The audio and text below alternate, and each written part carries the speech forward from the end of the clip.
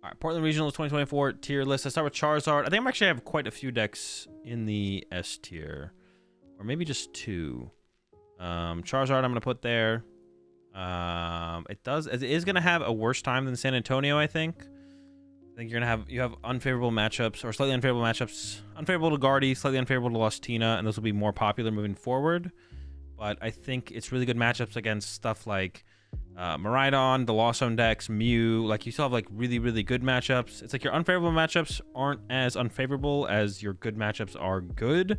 So I think I still favor Charizard to be a top tier choice going forward. Lostina, I'm generally a hater of it.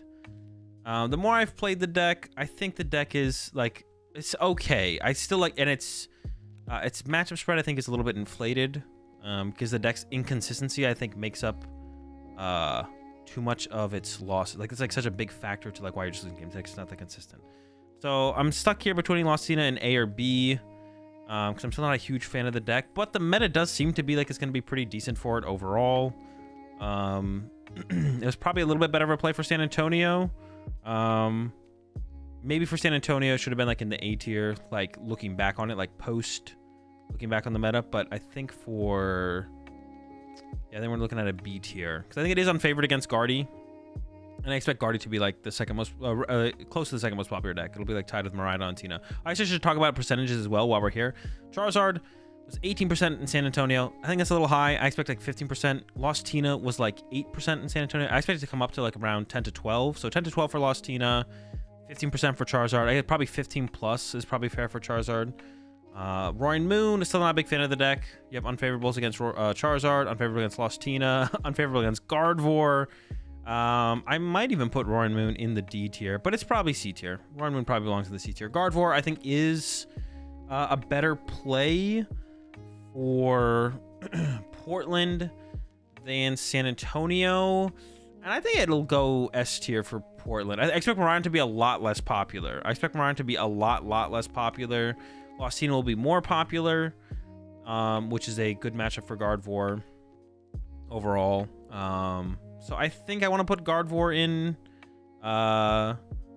If Gardevoir is 18 at San Antonio, it'll be 20 at Portland. It's possible, bro. I just think that number's like insanely high. I don't know about 20%'s a lot. Yeah, Guardy I want to say is a really good, I think Guardy is probably a really, really good play for Portland. I think Guardy's probably a really, really good play for it. Charizard's going to maintain to be the most popular deck, one of the most successful decks. Gardevoir's got a good Charizard matchup, and then Miraidon should be a lot less popular. I would be crazy to see Miraidon kind of have the same numbers that it did at San Antonio, with the other deck that matches those numbers being Charizard, when that's such a bad matchup for Miraidon. It's just like a bad matchup.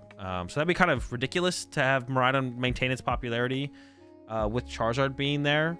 So it's just like a really good flip for Gardevoir. Charizard going to maintain being the most popular. Miraidon going to come down quite a bit. Tina going to rise in popularity, which is also favorable for Gardevoir. I don't know. Sounds pretty good for Gardevoir. Lost Box.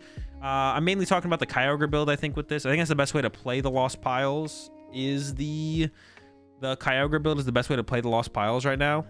So with that in mind, I think I overrated Lost Box a little bit going to San Antonio. I still think it's really good, really solid, but I think it's like a B tier. I don't think it deserves A tier. I think it's a B tier.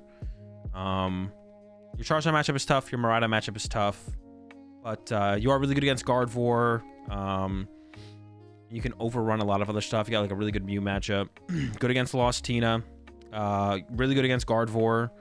And you don't have like you're unfavored against Miraidon. Well, that's not true actually. The Kyogre build is like favored against Miraidon. I was kind of thinking about the Tropius build overall. Lost Zone decks in general, I think, are unfavored against Miraidon. The Kyogre build is favored against Miraidon, though. And I guess that's what I'm talking to a little bit more with this one, is the Kyogre. Sablezard, I don't even really have on my tier list. And then like the Tropius Glasses build, I think, is unfavored against Miraidon as well. But the Kyogre build's favored, so I guess I think B tier is still good for Lost Zone because your Charizard matchup's tough. It's not terrible, but it's not great. It's definitely not great. Rapid Strike, I mean, with how this is shaken down, and we're kind of breaking down this, Rapid Strike seems like a really good play again. Is it S tier good, though? Rapid Strike had a really decent showing at San Antonio. I think one of the things that kind of hurt Rapid Strike, though, was how many good players decided to play Mew. How many players decided to play Mew in general? I would really struggle to see that many people. It would be hard for me to believe that many people will play Mew once again, with Charizard going to be able to continue its streak. Also, there's a lot of Spiritomb, and there could be still a decent amount of Spiritomb moving forward. So I do want to put Rapid Strike in S. Overall, got a good Charizard matchup, got a good Gardevoir matchup, especially if neither of them are Tekken for you. Your Lost Tina matchup is fine, but I think that one is unfavorable. Your Miraidon matchup is like pretty close to 50-50, especially against the Peony build. So I don't know. I think I might put Rapid Strike in S. I'm kind of talking myself into it here, to be honest. I kind of like Rapid Strike. I still really like Rapid Strike. I think I'm going to put it in S again. I'm talking myself into it. Miraidon, I think, comes down a little bit. It's still a really, really good deck. Got a good Gardevoir matchup. Got a good Lost Tina matchup, I feel like. You're good against some of the Lost Zone decks. The Kyogre one, not so much.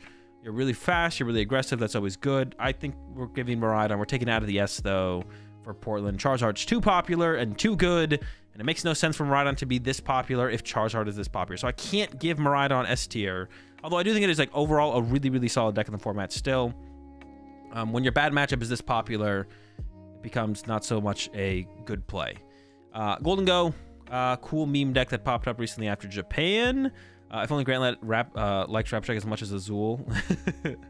I did win our spreadsheet for San Antonio, but Grant really didn't want to play it, and I really just wanted to play Charizard because I felt like the meta, especially what the better players were going to choose to play, would suit it very well for San Antonio, and it worked out. So yeah, I don't think Grant was complaining. Grant really wanted to also play Mew, but I don't think Grant was complaining that we ended up playing Charizard over Mew in the end.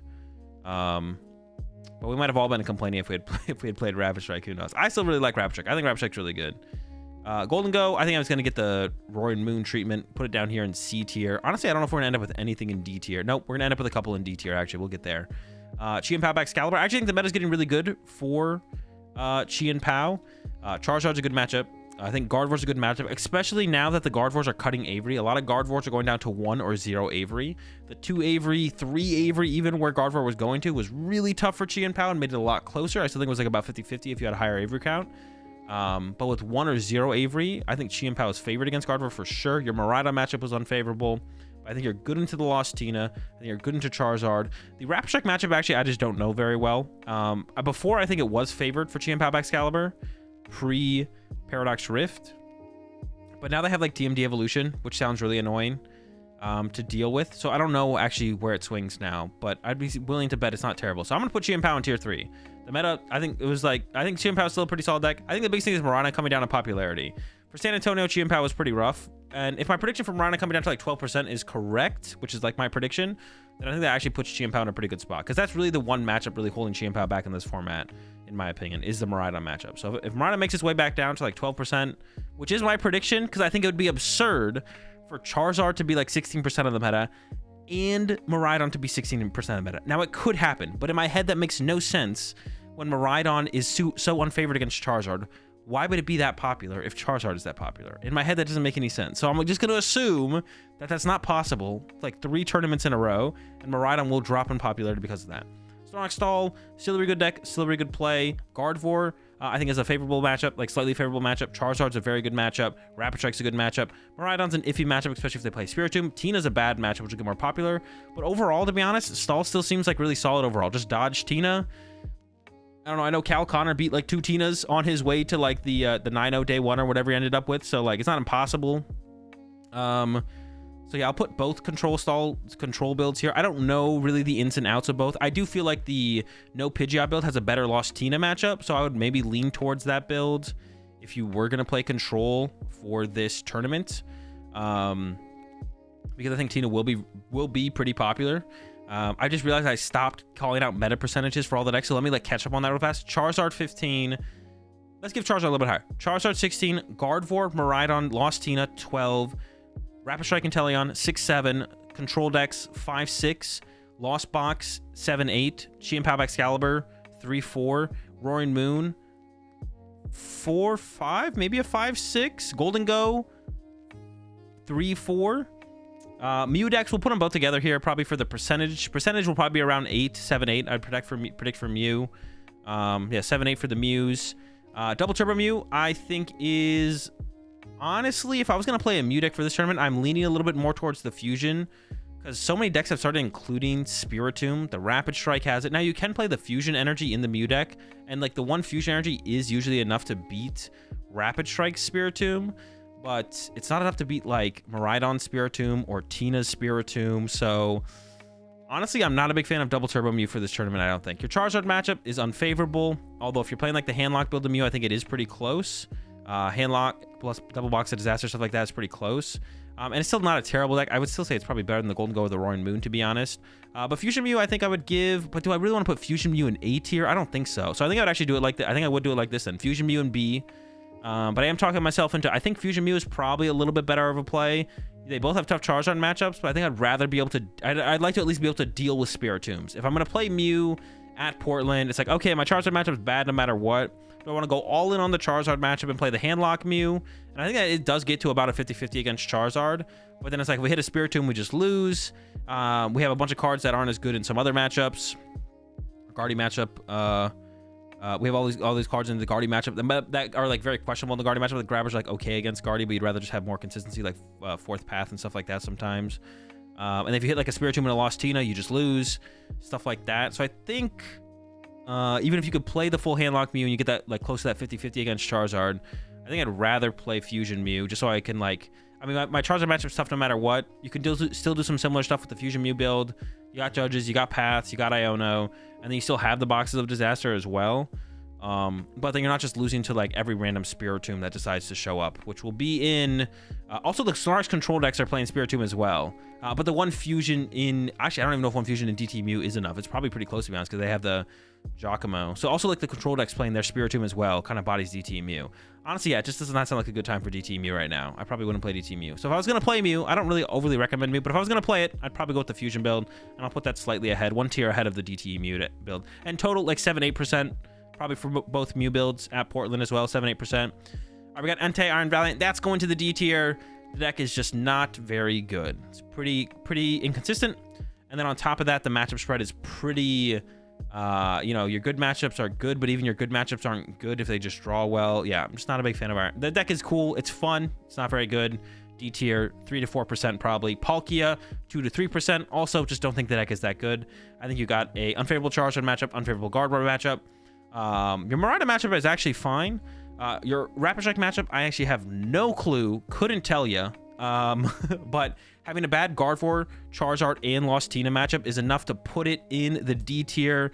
No problem. I'll lock it in.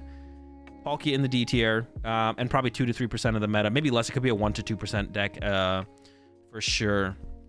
Yeah, quick recap, I guess. I don't think there's anything I want to change here. I think I'm pretty locked on my tier list. The one I'm maybe being a little bit harsh on is Tina. I should maybe put Tina in the A tier, to be honest. But if Tina was that good for San Antonio, and I wouldn't have put it higher than A tier for San Antonio, I feel like the meta has to maybe adjust to get a little bit worse for Tina.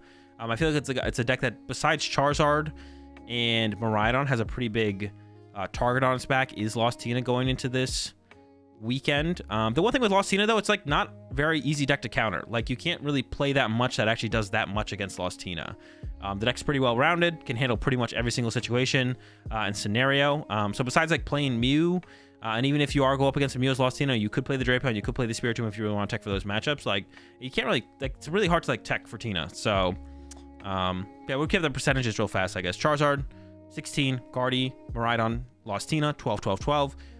Rapid Strike, Urshifu 6-7. The control decks 5-6. Lost Box 7-8. Chi and Pao Excalibur 3-4. Fusion Mew and DTE Mew combined. I don't really know how to break them down. I don't know what each 3-4% each probably. Golden Go probably looking at a 3-4. Roaring Moon a 5-6. Iron Valiant Entei 3-4 and Palkia probably a 2-3%. And that's my predictions for Portland Regionals.